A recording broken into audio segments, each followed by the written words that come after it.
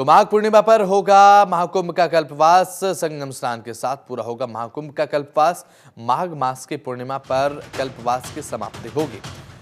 कथा, हवन, यज्ञ, भोजन के साथ कल्पवास का पारण होगा। कल्पवास के बाद कथा, हवन और भोज कराने का विधान है।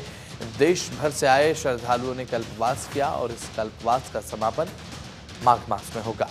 माघ मास की पूर्णिमा पर ये विशेष स्नान और साथ ही संगम स्नान के साथ महाकुंभ का कल्पवास देखने को मिलेगा।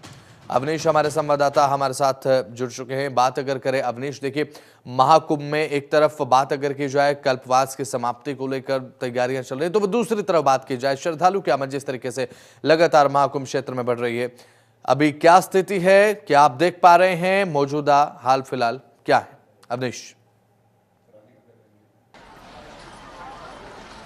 जी बसंत, देखिए माघ पूर्णिमा का स्नान होना है 12 फरवरी को, और ऐसे में जो है पूरी तरह अगर प्रयागराज कहा जाए तो पिछले 3 दिनों से जाम की समस्या से जूझ रहा था। बड़ी संख्या में जो श्रद्धालु थे वो लगातार संगम तक जा रहे थे, स्नान कर रहे थे और उसकी लेकर पूरी एक व्यवस्था पर सवाल उठने शुरू हो गए थे, लेकिन प्रशासन ने समय रहते उस व्यवस्था को संभाला। और अब आपको तस्वीर दिखाते हैं कि आज के तारीख में यहाँ पे क्या स्थिति है। श्रद्धालुओं की भीड़ सुबह उसी तरह है, हालांकि ये राहत है कि जो जाम था वो जाम को संभाल लिया गया और जो पार्किंग जोन थे वहां पर ही सभी वाहनों को पार्क किया जा रहा है। आदेश कर दिया गया है कि आज शाम को 5 बजे से पूरा जो मेला जोन है वह नो व्हीकल जोन होगा और उसी के साथ ही जो कल्पवासी होंगे उनके लिए भी यह व्यवस्था लागू रहेगी, यानी उनके प्रवेश और निकासी पर भी प्रतिबंध रहेगा अगले 24 घंटे तक।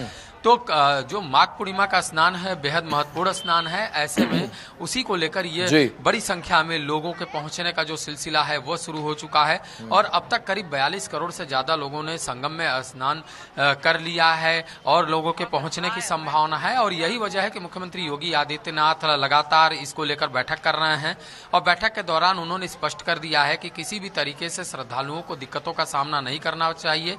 जो ट्रैफिक की व्यवस्था उसको बेहतर तरीके से किया जाए, जो पार्किंग है उनका इस्तेमाल किया जाए, किसी भी अनधिकृत जो वाहन हैं उनका प्रवेश वर्जित किया जाए और पूरी तरह जो जहां पुलिसकर्मी तैनात हैं वहां पे पूरी तरह तैनाती दिखनी चाहिए और श्रद्धालुओं के साथ बेहतर एक व्यवस्था और संवाद बनाकर चलें ताकि संगम में लोग आस्था की डुबकी लगाए फिर उनको वहां से उनके गंतव्यों की ओर भेजा जाए। तो यह पूरी व्यवस्था लगाई गई है और यह मुख्यमंत्री योगी आदित्यनाथ की तरफ से की गई है और इसके ठीक बाद डीजीपी प्रशांत कुमार का भी बयान आता है कि एक बड़ा मानव समागम है, ऐसे में यहाँ पर बड़ी बेहतर व्यवस्था है और उस व्यवस्था के तहत सभी को आना है और स्नान करना है। तो अगर माघ पूर्णिमा की बात करें तो माघ पूर्णिमा एक बेहद बड़ा अवसर होता है और जो कल्पवासी होते हैं खासतौर पर उनका कल्पवास खत्म होता है। पौष पूर्णिमा से लेकर माघ पूर्णिमा तक यह कल्पवास चलता है, इसमें विशेष पूजा होती है, 1 महीने तक वह गंगा किनारे रहते हैं। तो ऐसे में उनका जब कल्पवास खत्म होगा तो उनके लिए भी रूट का एक इंतजाम किया गया कि अलग अलग क्षेत्रों के लिए कौन कौन से वाहन निकाले जाएंगे, किस तरीके की व्यवस्था होगी, क्योंकि 10 लाख कल्पवासी हैं तो अंदाजा लगाया जा रहा है कि करीब 2 से 2.5 लाख जो वाहन हैं वो निकलेंगे और यही वजह है कि पूरी तरह ट्रैफिक संभालने के लिए जो प्रशासनिक अफसर हैं वो अब फील्ड में हैं और इसी को लेकर कई ऐसे अफसरों को भेजा गया है जिनके पास अनुभव है और उनकी तैनाती इस महाकुंभ में की गई है।